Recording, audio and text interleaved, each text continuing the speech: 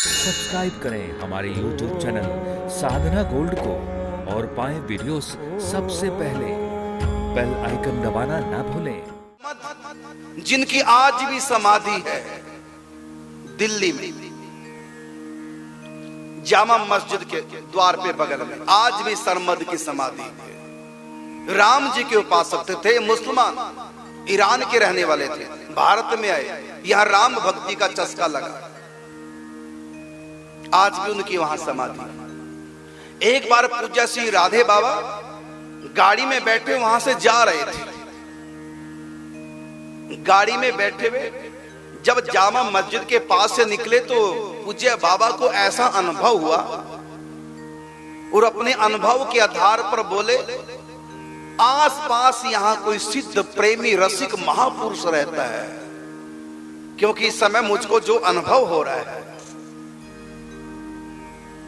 खोज करो इस दिल्ली में यहां पर कोई ऐसा महापुरुष, प्रेमी महापुरुष, मुझको ऐसी फीलिंग हो रही है।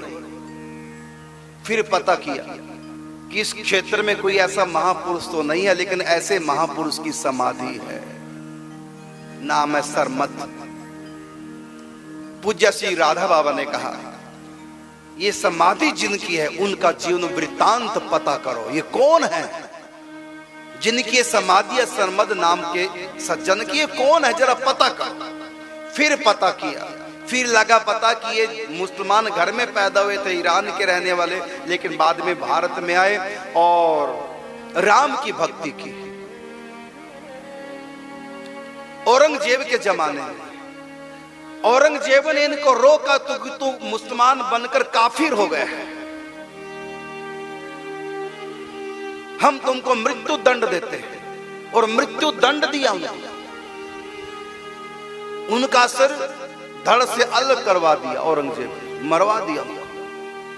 जब उनका सर कलम किया गया, सर काटा गया, सबके बीच में चौराहे पर, जामा मस्जिद की सीढ़ियों पर नीचे, और सबके बीच में दंड दिया गया। पूरे लोगों को बुलाया औरंगजेब ने कि देखो काफिर है,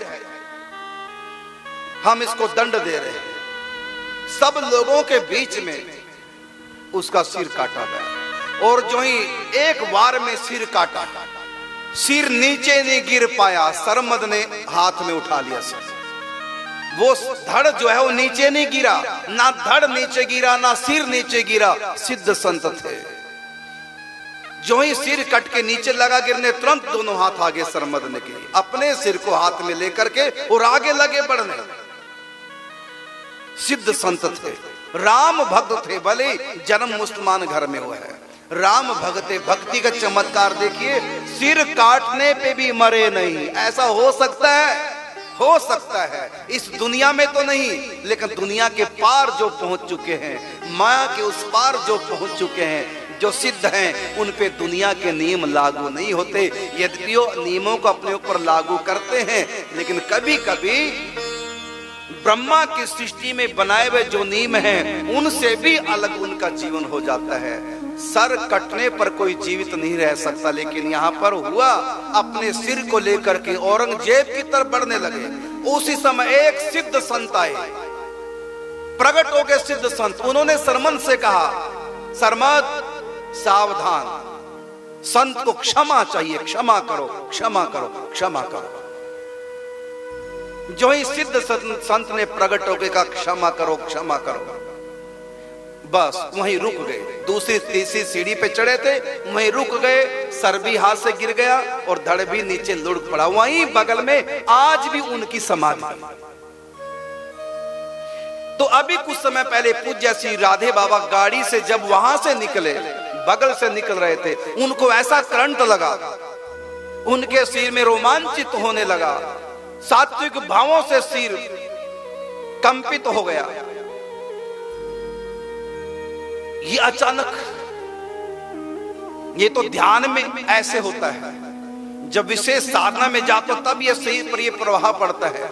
लेकिन वैसे बैठे कार में चर्चा कर रहे हैं और इधर ऐसा होने लगा।